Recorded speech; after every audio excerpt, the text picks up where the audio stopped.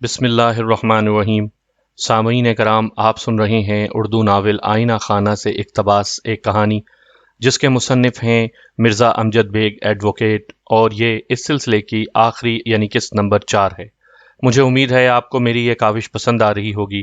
آپ نے اگر ابھی تک میرا چینل کہانی گھر سبسکرائب نہیں کیا تو ابھی میرے چینل کو سبسکرائب کر کے بیل آئیکن پر بھی کلک کر دیجئے تاکہ آنے والی ہر نئی کہانی کی اطلاع بر وقت آپ تک پہنچ سکے۔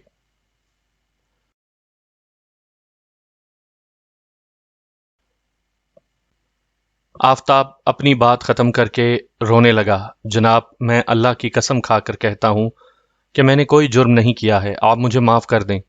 جھوٹی گواہی دینا بھی ایک سنگین جرم ہے، جج نے ناگواری سے کہا۔ آفتاب نے لجاجت سے کہا، میں اب کوئی جھوٹی گواہی نہیں دوں گا۔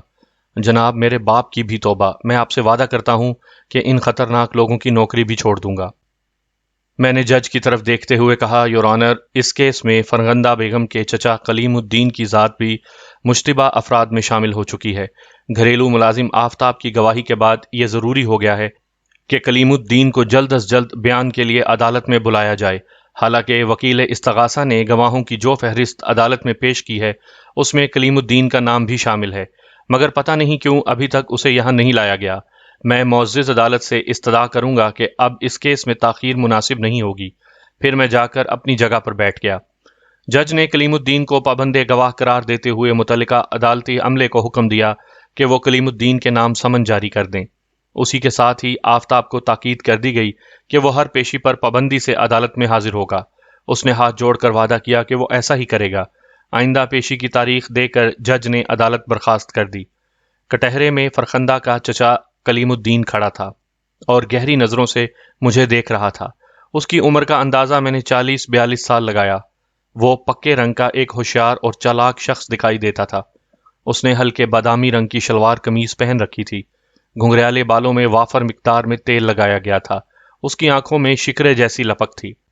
گزشتہ 2 پیشیوں پر کوئی قابل ذکر کارروائی نہیں ہوئی تھی۔ پہلی پیشی پر گواہ کلیم الدین عدالت میں حاضر نہیں تھا، چنانچہ جج نے متعلقہ عدالتی عملے کو اس کے خلاف سختی برتنے کی اجازت دے دی۔ دوسری پیشی پر وہ عدالت میں موجود تھا، مگر وکیل استغاثہ نے میڈیکل سرٹیفکیٹ دے کر 1 ہفتے بعد کی تاریخ لے لی تھی۔ بیگم فرخندہ ہنوز علیل تھی اور وکیل استغاثہ اس کی طرف سے برابر میڈیکل سرٹیفکیٹ پیش کر رہا تھا۔ مجھے پتہ چلا کہ فرخندہ کو دل کا دورہ پڑ گیا تھا اور اس کی حالت بھی ایسی نہیں تھی کہ عدالت میں حاضر ہو کر میری جرح کا سامنا کر سکتی۔ میں بخوبی سمجھتا تھا کہ اس کے دورے کی نوعیت کیا تھی۔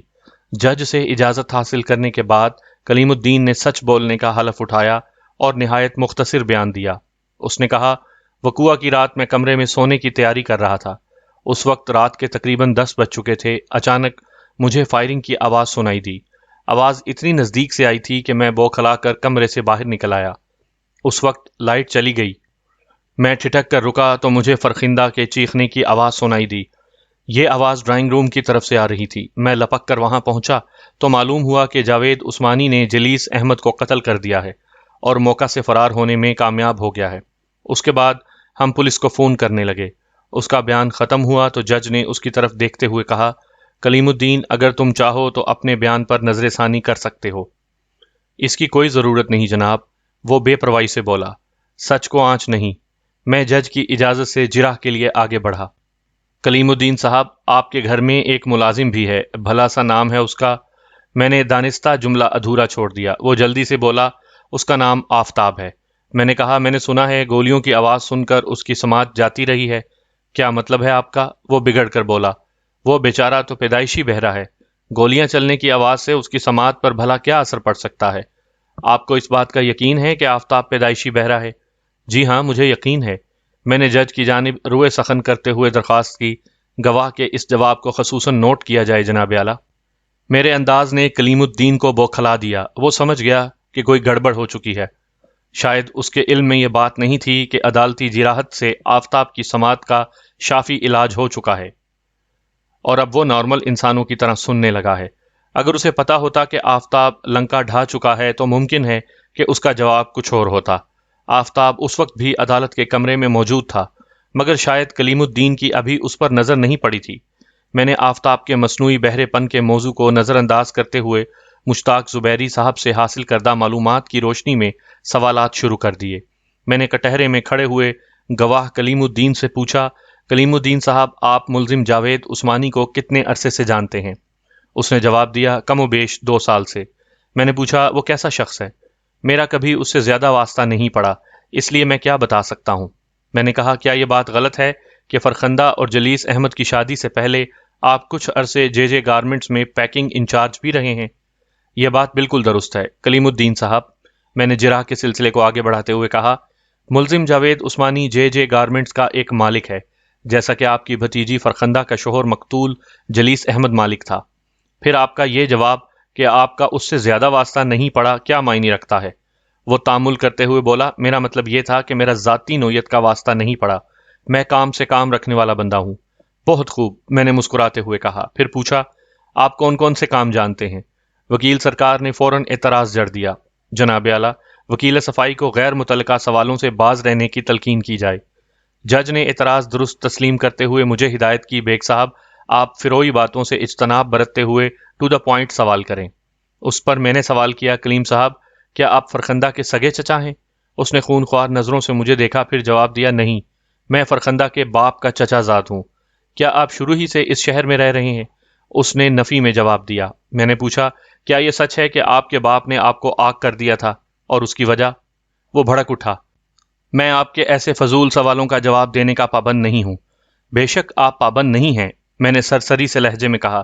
پھر پوچھا، میں نے سنا ہے آپ کراچی آنے سے پہلے حیدرآباد میں کسی گیراج میں کام کرتے تھے۔ اس نے الٹا مجھ سے سوال کر دیا، آپ کو حیدرآباد پر اعتراض ہے یا میرے گیراج پر کام کرنے پر؟ مجھے نہ تو آپ کے حیدرآباد میں کام کرنے پر اعتراض ہے، نہ ہی کسی گیراج میں کام کرنے پر، میں نے متحمل لہجے میں کہا۔ میں تو اپنی معلومات کی تصدیق کر رہا تھا۔ پھر ہو گئی آپ کی تسلی؟ میں نے اس کے سوال کو نظر انداز کرتے ہوئے پوچھا، مجھے پتہ چلا ہے کہ آپ بغیر چابی کے گاڑیوں کے دروازے کھولنے کے بھی ماہر ہیں، جس کے لیے ایک مخصوص اصطلاح لاک بریکر استعمال ہوتی ہے، جو شرفاء کی نظر میں خاصی معیوب سمجھی جاتی ہے۔ یہ کیا بکواس ہے؟ وہ تڑک کر بولا۔ وکیل استغاثہ اس کی مدد کو دوڑا۔ یور آنر، وکیل صفائی معزز گواہ کی عزت پر حملہ کر رہے ہیں۔ جج نے وکیل سرکار کے اعتراض کو مسترد کرتے ہوئے مجھ پر جرح جاری رکھنے کا اشارہ کیا۔ میں نے گواہ سے اگلا سوال کیا، حیدرآباد والے گیراج سے آپ کو اس لیے نکال دیا گیا تھا کہ آپ نے ایک کلائنٹ کی گاڑی میں سے اس کا طلائی لائٹر چرا لیا تھا۔ لائٹر کا مالک تو آپ کو جیل بھجوانے کے در پہ تھا، مگر گیراج کے مالک نے بیچ میں پڑ کر معاملہ رفع دفع کر دیا اور اسی روز آپ کو بھی نوکری سے نکال دیا گیا۔ کیا آپ اس واقعے کی بھی تردید کریں گے؟ وہ چیخ کر بولا، یہ جھوٹ ہے۔ یہ مت بھولیں کلیم صاحب کہ حیدرآباد والے گیراج کے مالک کو گواہی کے لیے یہاں بلایا جا سکتا ہے، میں نے اس کی آنکھوں میں دیکھتے ہوئے کہا۔ مشتاق زبیری کی معلومات بہت کارآمد ثابت ہو رہی تھیں۔ وہ اچانک برسوں کا بیمار نظر آنے لگا۔ میں نے ایک اور چوٹ کی، کلیم الدین صاحب، ملزم جاوید عثمانی کی نیلی ٹویوٹا کار میں سے اشاریہ 3.8 کا پستول نکالنے میں آپ کو کوئی دشواری تو نہیں ہوئی ہوگی، اگرچہ ملزم نے اپنے گاڑی کے دروازے لاک کر رکھے تھے۔ یہ کیا کہہ رہے ہیں آپ؟ میں نے ایک اور وار کیا، بنگلے کا مین سوئچ بند کرنے کی ذمہ داری آپ کی تھی یا آپ کی بھتیجی کی؟ وہ ہونکوں کی طرح منہ کھول کر میرا منہ تکنے لگا۔ میں پے در پہ وار کرتا چلا گیا۔ آپ ملزم جاوید عثمانی کی پشت پر موجود پردوں کے پیچھے چھپے کھڑے تھے یا کھڑکی کے باہر سے آپ نے نشانہ بازی کا کوئی خصوصی انتظام کر رکھا تھا؟ وکیل استغاثہ نے آخری زور مارا۔ وہ اپنی جگہ سے اٹھا اور جج کو مخاطب کرتے ہوئے بولا، جناب اعلیٰ، کیا میں جان سکتا ہوں کہ میرے فاضل دوست قبل از وقت دلائل کیوں دے رہے ہیں؟ ابھی تو گواہ پر جرح جاری ہے، آرگومنٹس کی باری تو بعد میں آئے گی، میں نے وکیل سرکار کے اعتراض کا جواب دیتے ہوئے کہا۔ میرے محترم دوست، عدالتی کارروائی کے قواعد و ضوابط مجھے ازبر ہیں، میں انہیں کبھی نہیں بھولتا۔ مجھے تو یہ بھی یاد ہے کہ مقتول کی بیوہ فرخندہ سے میرا کراس ادھورا رہ گیا تھا، آپ اسے جرح کے لیے کب پیش کر رہے ہیں؟ میں وکیل ہوں، کوئی ڈاکٹر نہیں ہوں، وہ خشک لہجے میں بولا۔ فرخندہ بیگم کو عدالت میں بیان دینے کے لیے آنے کے قابل کرنا تو ڈاکٹروں کا کام ہے۔ میں آپ سے اتفاق کرتا ہوں، میں نے مسکراتے ہوئے کہا، مگر فرخندہ بیگم استغاثہ کی بہت اہم شخصیت ہیں، ان کی دیکھ بھال کی کچھ نہ کچھ ذمہ داری تو آپ پر بھی عائد ہوتی ہے۔ وکیل استغاثہ خون کے گھونٹ پی کر رہ گیا، مگر منہ سے کچھ نہیں بولا۔ اس کے ساتھ ہی عدالت کا وقت ختم ہو گیا۔ جج نے اگلی پیشی کی تاریخ دے کر سماعت ملتوی کر دی۔ آئندہ پیشی 1 ماہ بعد کی تھی۔ اپنے چیمبر میں جانے سے پہلے جج نے کلیم الدین کو خصوصاً تاکید کی تھی کہ وہ اپنے علاقے سے کہیں باہر جانے کی کوشش نہ کرے، اور جانا اگر ناگزیر ہو تو اپنے متعلقہ تھانے میں اطلاع کرنے کے بعد جائے۔ اگر اس نے اس ہدایت پر عمل نہ کیا تو اس کے ناقابل ضمانت وارنٹ گرفتاری جاری کر دیے جائیں گے۔ آئندہ پیشی سے چند روز قبل گواہ کلیم الدین بغیر کسی اطلاع کے غائب ہو گیا۔ جج نے اس کے وارنٹ گرفتاری جاری کر دیے۔ اس پیشی پر فرخندہ با نفس نفیس موجود تھی۔ اس کے چہرے پر مردنی چھائی ہوئی تھی اور رنگ سرسوں کے مانند ہو رہا تھا۔ وہ خاصی دبلی دکھائی دے رہی تھی۔ ایک لمحے کے لیے میرے دل میں خیال آیا ممکن ہے اسے واقعی ہارٹ اٹیک ہوا ہو۔ وہ جس قسم کی صورتحال سے دو چار تھی اس میں ایسا ہو جانا بعد از امکان بھی نہیں تھا۔ وہ گواہوں کے کٹہرے میں آ کر کھڑی ہوئی تو میں نے جج کی اجازت سے اپنی ادھوری جراح کا آغاز وہیں سے کیا جہاں سے یہ سلسلہ ٹوٹا تھا، لیکن اس سے پہلے میں اس کی مزاج پرسی سے غافل نہیں تھا۔ میں نے کٹہرے کے نزدیک آ کر نہایت ہی نرم لہجے میں کہا، محترمہ فرخندہ جلیس، اب آپ کی طبیعت کیسی ہے؟ آپ کے دل کا معاملہ کہاں تک پہنچا؟ میرا مطلب ہے پچھلے دنوں جو اچانک دل کا دورہ پڑ گیا تھا، اب کیا حال ہے؟ اس نے گھور کر مجھے دیکھا اور خشک لہجے میں جواب دیا، میں ٹھیک ہوں، آپ اپنی جرح شروع کریں۔ میں نے کہا، میڈم، ہم نے آپ کے غیاب میں آپ کی اجازت کے بغیر آپ کے ذاتی ملازم آفتاب کا بہرا پن دور کر دیا ہے۔ آپ کو کوئی اعتراض تو نہیں ہے؟ میں زیادہ دیر کھڑی نہیں ہو سکتی، وہ نقاہت امیز لہجے میں بولی، پھر ملجی نظروں سے جج کو دیکھا اور کہا، جناب والا، اگر وکیل صفائی کے پاس کوئی ڈھنگ کا سوال نہیں رہا تو مجھے اجازت دیں۔ میں چھیڑ چھاڑ ترک کر کے اصل موضوع پر آ گیا۔ محترمہ فرخندہ جلیس، آپ نے معزز عدالت کو بیان دیتے ہوئے بتایا تھا کہ جب آپ نے فائرنگ کی آواز سنی تو اس کے فوراً بعد لائٹ چلی گئی تھی۔ آپ چیختے ہوئے ڈرائنگ روم کے دروازے پر پہنچی تو اندر سے ملزم برآمد ہو رہا تھا۔ آپ نے اس کے ہاتھ میں پستول بھی دیکھا تھا۔ کیا آپ کو یقین ہے کہ وہ پستول ہی تھا؟ وکیل استغاثہ نے اعتراض اٹھایا، جناب اعلیٰ، پستول کوئی ایسی چیز نہیں ہے کہ اسے پہچاننے میں کوئی دشواری ہوتی۔ آج کا بچہ اس آتشی ہتھیار سے واقفیت رکھتا ہے۔ وکیل صفائی کا یہ سوال طفلانہ نہیں تو اور کیا تھا؟ میں نے کہا، میرے محترم دوست، آپ پہلے میرے سوال کو سمجھیں پھر مداخلت کی کوشش کریں۔ وہ سوالیہ نظروں سے میری طرف دیکھنے لگا۔ میں نے وضاحتی انداز میں کہا، میں نے گواہ فرخندہ صاحبہ سے یہ پوچھا ہے کہ آیا انہیں یقین تھا کہ اس وقت ملزم کے ہاتھ میں پستول ہی تھا؟ اس بات کو بھی پیش نظر رکھیں کہ اس وقت لائٹ گئی ہوئی تھی اور بنگلہ بقول گواہ فرخندہ اندھیرا میں ڈوبا ہوا تھا۔ تاریکی میں کسی شخص کو ہاتھ میں پکڑی ہوئی چیز کی شناخت کرنا کوئی آسان کام نہیں ہوتا۔ جج نے فرخندہ کو مخاطب کرتے ہوئے کہا، بی بی، آپ وکیل صاحب کے سوال کا جواب دیں۔ وہ چڑھ کر بولی، وہ پستول کے سوا اور کیا ہو سکتا ہے؟ وہاں تاریکی ضرور تھی مگر میں اندھی نہیں ہوں۔ مجھے آپ کی بصارت پر ذرا برابر بھی شک نہیں ہے۔ فرخندہ صاحبہ، میں نے خوشگوار لہجے میں کہا، میرے کہنے کا مطلب یہ تھا کہ ممکن ہے اسی وقت ملزم کے ہاتھ میں سگریٹ کا پیکٹ ہو یا کوئی سلنڈرل کیمرہ یا پاکٹ سائز ریڈیو ہو یا کوئی ٹارچ وغیرہ ہو جسے آپ نے پستول سمجھ لیا ہو۔ وہ پستول ہی تھا، اس نے دو ٹوک انداز میں جواب دہرایا۔ میں نے ذرا مختلف انداز میں اسے گھیرنے کی کوشش کی۔ میں نے پوچھا، فرخندہ صاحبہ، معزز عدالت کے ریکارڈ پر موجود ہے، آپ کے بیان میں یہ بات شامل ہے اور دوسرے گواہوں کے بیانات سے بھی اس بات کی تصدیق ہوتی ہے کہ فائرنگ کے فوراً بعد آپ کے بنگلے کی لائٹ چلی گئی تھی اور تھوڑی ہی دیر بعد آ بھی گئی تھی۔ یہ بات ذہن میں رہے کہ صرف آپ کے بنگلے ہی کی لائٹ تھوڑی دیر کے لیے بند ہوئی تھی۔ آپ لائٹ کے اس طرح آنکھ جھپکنے کی وضاحت کریں گی؟ اس کے چہرے پر ایک رنگ سا آ کر گزر گیا۔ وہ لرزتی ہوئی آواز میں بولی، میں بھلا کیا کہہ سکتی ہوں؟ جج بڑی دلچسپی سے ساری کاروائی دیکھ رہا تھا۔ اب تک کی سماعت سے اس نے اندازہ لگا لیا تھا کہ حقیقت حال ویسی نہیں تھی جیسی کہ استغاثہ نے بیان کی تھی۔ یہ بات میرے موکل کے حق میں جاتی تھی۔ میں نے محسوس کیا تھا کہ آفتاب والی جھوٹی گواہی کے بعد سے جج میری کارکردگی سے خاصا متاثر نظر آتا تھا۔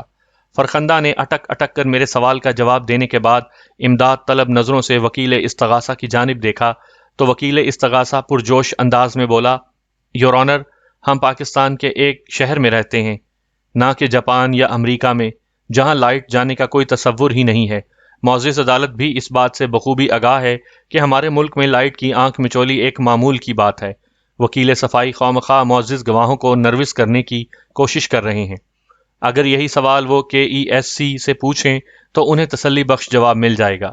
یور آنر، میں نے پرتاثر لہجے میں جج کو مخاطب کیا، میرے فاضل دوست کی اطلاع کے لیے عرض ہے کہ KESC نے ابھی تک ایسا کوئی فارمولہ ایجاد نہیں کیا کہ صرف کسی ایک مخصوص گھر کی لائٹ کو آن آف کر سکے۔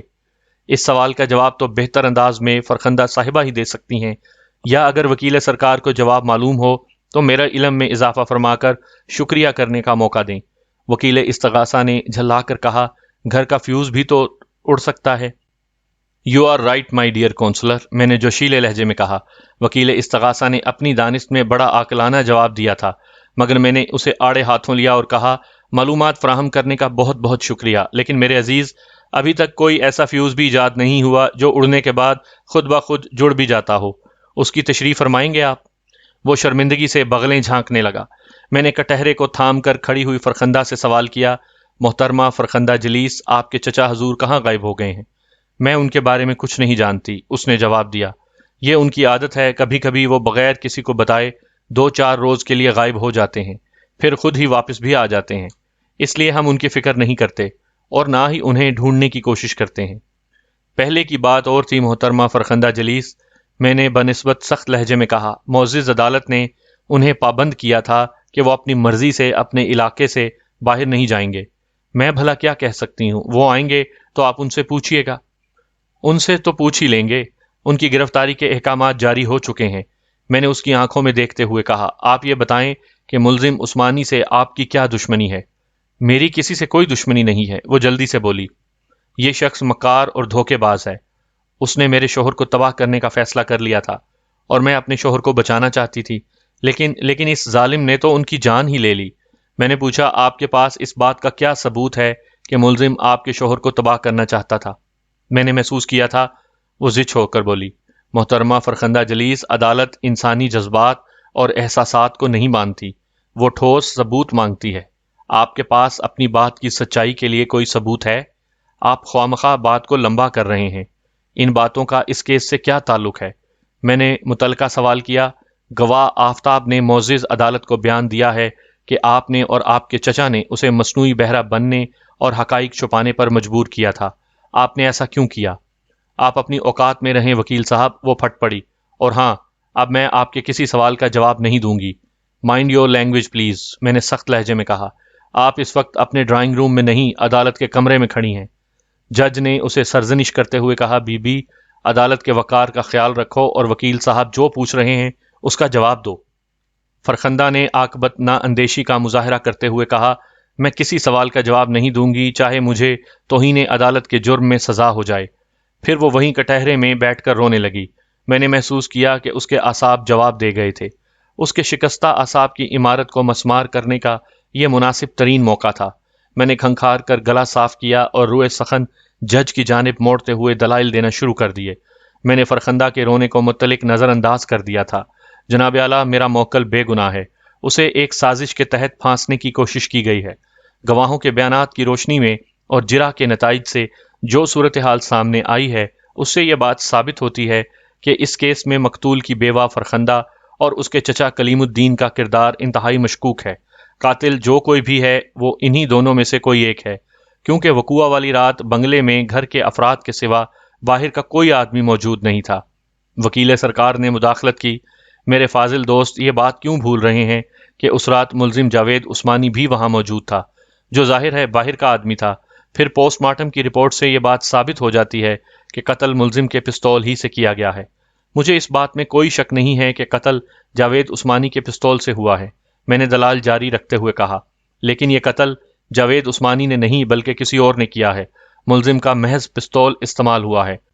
میں نے ایک لمحے توقف کر کے وکیل استغاثہ سے کہا، یہ تو بالکل ایسی بات ہے کہ ایک گاڑی جو آپ کی ملکیت ہے اسے کوئی اور شخص ڈرائیو کرتے ہوئے حادثہ کر بیٹھتا ہے، اس گاڑی میں آپ موجود نہیں ہیں، اس حادثے کا ذمہ دار آپ کو ٹھہرایا جائے کیونکہ آپ ہی اس گاڑی کے مالک ہیں، تو کیا یہ بات کسی بھی طرح جائز ہوگی؟ قصوروار وہی شخص ہوگا جس کے ہاتھوں حادثہ پیش آیا ہو، وکیل استغاثہ نے جواب دیا۔ میں بھی اتنی دیر سے یہی سمجھانے کی کوشش کر رہا ہوں، میں نے اپنی فائلوں پر ہاتھ مارتے ہوئے کہا، پھر جج کی جانب مڑتے ہوئے اپنا بیان جاری رکھا۔ یور آنر، گواہ کلیم کے وارنٹ گرفتاری جاری ہو چکے ہیں، وہ جلد قانون کی گرفت میں آ جائے گا۔ معزز عدالت سے میری اتنی سی درخواست ہے کہ فرخندہ صاحبہ کو شامل تفتیش کر کے حوالہ پولیس کیا جائے، کیونکہ ان کی ذات شکوک و شبہات کی دبیس چادر میں لپٹی ہوئی ہے۔ مجھے امید ہے کہ محض ایک روز کی پولیس مہمان نوازی انہیں بہت کچھ اگلنے پر مجبور کر دے گی. یہ شرافت سے زبان کھولنے والوں میں سے نہیں ہے. اس دوران میں فرخندہ نے رونا بند کر دیا تھا اور اٹھ کر کھڑی ہو گئی تھی. میں نے جج سے فرخندہ کو پولیس کے حوالے کرنے کی جو درخواست کی تھی اسے سن کر فرخندہ کی رہی سہی ہمت بھی جواب دے گئی تھی. وہ سراسیمہ نظروں سے کبھی مجھے اور کبھی جج کو دیکھ رہی تھی. اس کے چہرے پر چھائی ہوئی فکر کی گھٹا سے اندازہ ہوتا تھا کہ اس وقت وہ اپنی زندگی کے مشکل ترین لمحات میں سے گزر رہی تھی. اگر وہ بے قصور تھی تو اس کی یہ حالت کیا معنی رکھتی تھی؟ اس نے نحیف آواز میں جج سے درخواست کی، جناب اعلیٰ، میں چند منٹ کے لیے تنہائی میں آپ سے کچھ ضروری بات کرنا چاہتی ہوں. جج نے پر استفسار نظروں سے مجھے دیکھا، پھر پوچھا، بیگ صاحب، آپ کو کوئی اعتراض تو نہیں ہے؟ مجھے سخت اعتراض ہے یور آنر، میں نے ٹھوس لہجے میں کہا. میں دراصل فرخندہ کو کوئی موقع نہیں دینا چاہتا تھا. جال میں آئے ہوئے شکار کو چھوڑ دینا دانش مندی نہیں تھی. جناب اعلیٰ، ایسی کون سی ضروری بات ہے جو یہ آپ کے چیمبر میں کرنا چاہتی ہیں؟ حاضرین عدالت سے کیا پردہ؟ یہ تو وہ کمرہ ہے جہاں حدود کے مقدمات کی سماعت بھی ہوتی ہے، لیکن ساری کارروائی سب کے سامنے ہوتی ہے. بی بی، تمہیں جو کچھ کہنا ہے سب کے سامنے کہو. جج نے حکم صادر کر دیا. وہ روحانسی آواز میں مجھ سے مخاطب ہوئی، بیگ صاحب، میں مان گئی کہ آپ بہت ہوشیار اور چالاک وکیل ہیں. آپ نے بڑی خوبصورتی سے مجھے کارنر کر لیا ہے، مگر شاید آپ انسانوں کی مجبوریوں سے واقف نہیں ہیں. انسان پر کبھی کبھی ایسا وقت بھی آ جاتا ہے جب اس کی بقا کو خطرہ لاحق ہو جاتا ہے، اس کی عزت اور نیک نامی داؤ پر لگ جاتی ہے، اور اسے اپنے سامنے موت کھڑی نظر آنے لگتی ہے. پھر وہ انتہائی قدم اٹھانے پر مجبور ہو جاتا ہے، اور پھر وہ قتل کرنے پر بھی آمادہ ہو جاتا ہے. میں نے چبھتے ہوئے لہجے میں کہا، میرا یہ وار وہ برداشت نہ کر سکی. فرخندہ نے اچانک چیخنا شروع کر دیا، میں قاتل نہیں ہوں، میں نے کسی کو قتل نہیں کیا، میں بے گناہ ہوں، بے قصور ہوں. اصل قصوروار قاتل کوئی اور ہے. میں اس سے تعاون کرنے پر مجبور تھی. اس نے میری زندگی جہنم بنا رکھی تھی. نہ جینا میرے بس میں تھا اور نہ مرنا میری دسترس میں. وہ خبیث مجھے بلیک میل کر رہا تھا. اس نے میری خوشیوں بھری زندگی میں اپنی سازش کا زہر گھول دیا تھا. میں اب اور برداشت نہیں کر سکتی. کیا رشتے ناتے اتنے مکروہ شکل بھی اختیار کر سکتے ہیں کہ... پھر وہ وہیں کٹہرے میں گر کر بے ہوش ہو گئی. صورتحال اچانک ایک ایسے موڑ پر آ گئی تھی کہ عدالت میں موجود ہر شخص ششدر رہ گیا تھا. جج نے عارضی طور پر کارروائی روک دی اور اٹھ کر اپنے چیمبر میں چلا گیا. پولیس کی تحویل میں فرخندہ نے ہوش میں آنے کے بعد جو اقبالی بیان دیا وہ بڑا لرزہ خیز تھا. اس نے بتایا کہ در حقیقت اس کے شوہر نے اسے طلاق نہیں دی تھی اور نہ ہی اس نے عدالت سے خلا حاصل کیا تھا. خلا والا قصہ تو اس نے اپنی پوزیشن صاف کرنے کے لیے گھڑ رکھا تھا. اس کا شوہر اس کو چھوڑ کر ایسا گیا کہ پھر پلٹ کر اس نے خبر ہی نہ لی.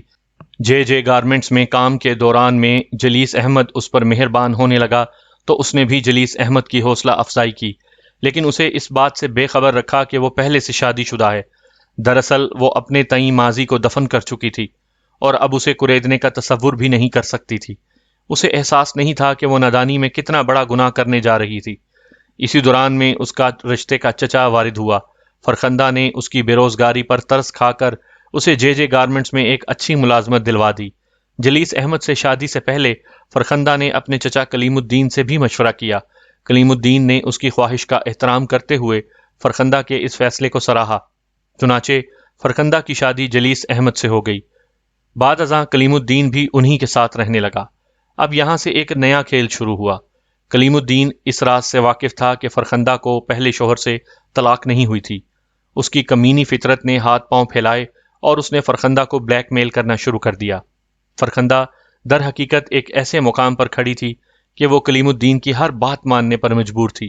اس نے اپنے خبیث چچا کے چنگل سے نکلنے کے لیے ہر ممکن کوشش کی.